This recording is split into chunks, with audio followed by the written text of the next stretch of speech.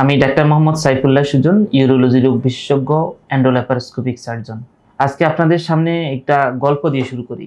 আমাদের কাছে অনেক রোগীরাই আসে, আমরা চেম্বারে যখন রোগীদের দেখি। গত মাসে আমরা অপারেশন করেছি, এরকম কয়েকটা রোগীর গল্প আপনাদেরকে শোনাবো। যেমন প্রথমে একটা রোগী আসে, তার প্রস্রাবের সাথে রক্ত যায় গত 3 মাস ধরে, কিন্তু দেখা যাচ্ছে এই রক্ত যাওয়া প্রথম শুরু হয় 3 থেকে 4 দিন পর, আবার হঠাৎ বন্ধ হয়ে যায়। তারপর আবার কিছুদিন 1 থেকে 2 মাস পর আবার রক্ত যাওয়া শুরু হয়। সে লোকালি কিছু ওষুধপত্র খায়, এরপর কিছুদিন পর আবার তার রক্ত যাওয়া বন্ধ হয়ে যায়। রোগী মনে করেছে যে তার এই রক্ত যাওয়া শুরু হয়েছে, এটা সম্পূর্ণ ভালো হয়ে গেছে। লোকাল কিছু ওষুধ খেয়েছে, দেখা যায় এটা আবার ভালো হয়ে যায়, কিন্তু সেটা কোনো কেয়ার করেনি, অথবা এর কারণ খুঁজে বের করার জন্য কোনো চেষ্টা করেনি। যখন আমাদের কাছে আসে, আমরা তার পরীক্ষা নিরীক্ষা করে দেখতে পারি যে তার মূত্রথলিতে একটি বড় আকৃতির টিউমার। এই টিউমার থেকেই তার এই রক্তক্ষরণ হয়। এই টিউমারের ধরনটাই হলো, কিছুদিন এই টিউমার থেকে রক্ত যাবে, তারপর যখন এই টিউমারের উপরে একটা কাভার তৈরি হয়, যখন এই কাভারটা শেডিং আউট হয়ে যায়, তখন আবার ব্লিডিং শুরু হয়, অর্থাৎ প্রস্রাবের সাথে রক্ত যায়। আর যখন কাভার তৈরি হয়, তখন রক্ত যাওয়া বন্ধ হয়ে যায়। অনেক সময় এটা রোগীদেরকে মিসগাইড করে। আরও একটা পেশেন্টের গল্প বলি। এই পেশেন্টটি এসেছে যে তার প্রস্রাবের সাথে মাঝে মাঝে রক্ত যেত, কিন্তু তার শরীরে কোথাও ব্যথা নেই। তার বয়স 65 বছর, কিন্তু হঠাৎ সে রুটিন টেস্ট হিসাবে কিছু পরীক্ষা নিরীক্ষা করে। পরীক্ষা করে দেখা গেল তার কিডনিতে বড় আকৃতির একটি টিউমার। পরে এই টিউমারের ধরন নির্ণয় করার জন্য আমাদের কাছে আসে।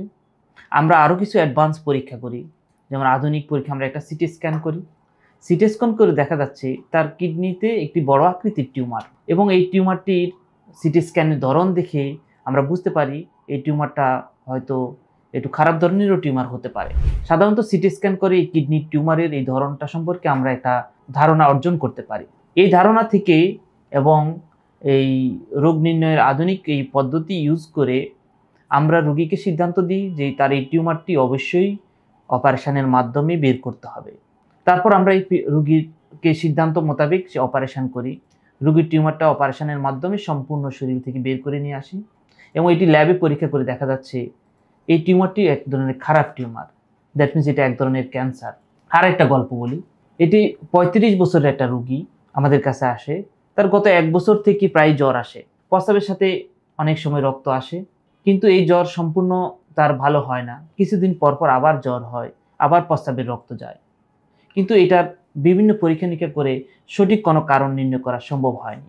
আমাদের কাছে যখন ইউরোলজি রোগের বিশেষজ্ঞদের কাছে আসে, তখন আমরা এই রোগীর রোগ নির্ণয়ের জন্য, অর্থাৎ এই প্রস্রাবের সাথে রক্ত যাওয়ার কারণ নির্ণয় করার জন্য আমরা কিছু পরীক্ষা নিরীক্ষা করি। সর্বশেষ আমরা একটা ইউরেথ্রোসিস্টোস্কোপি, অর্থাৎ প্রস্রাবের রাস্তাটাকে আমরা কম্পিউটারের মাধ্যমে প্রস্রাবের থলি পর্যন্ত দেখার একটা ছোট প্রসিডিউর সম্পন্ন করি। এই প্রসিডিউর করে দেখা যাচ্ছে তার মূত্রথলির মধ্যে এক ধরনের নর্মাল যেই মূত্রথলি থাকে, তার চেয়ে একটু টিউমারের মতো মনে হচ্ছে, আসলে টিউমার না। সেই জায়গা থেকে দেখা যাচ্ছে যে একটু ব্লিডিং হচ্ছে। আমরা ওই জায়গা থেকে মাংস নিয়ে ল্যাবে পরীক্ষা করি। পরে দেখা যাচ্ছে ওই রোগীর ওই পরীক্ষায় তার মূত্রথলিতে টিউবারকুলোসিস অর্থাৎ যক্ষ্মা ধরা পড়ে। তাহলে এই দেখে দেখা যাচ্ছে যে এই 3টা রোগীর সিনারিও থেকে দেখা যাচ্ছে এই রোগীদের প্রস্রাবের সাথে রক্ত যাচ্ছে, কিন্তু এই প্রস্রাবের সাথে রক্ত যায় রোগীদের মানে যে ব্যথা হয় তা না, ব্যথা মুক্ত অর্থাৎ পেইনলেস হেমাচুরিয়া হয়।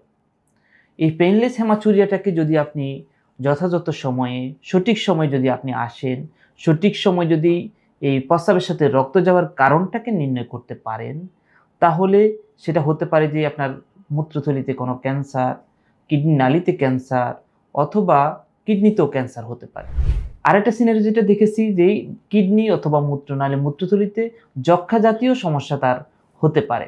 এটা সঠিক সময়ে নির্ণয় করলে, সঠিক চিকিৎসা দিলে এই যক্ষ্মা, মূত্রথলি বা মূত্রনালীর যক্ষ্মা, অথবা কিডনি নালী অথবা মূত্রথলির যে কোনো ধরনের ক্যান্সার সম্পূর্ণভাবে ভালো হয়। এই প্রস্রাবের সাথে রক্ত যাওয়ার কারণটাকে যদি আপনি অবহেলা করেন, তাহলে এই ক্যান্সারও আপনার মারাত্মক আকার ধারণ করবে, এবং প্রাইমারি স্টেজে যদি সেটা ধরা না পড়ে, তাহলে সেটা সম্পূর্ণভাবে নির্মূল করা সম্ভব হবে না।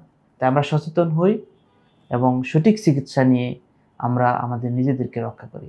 ধন্যবাদ সবাই।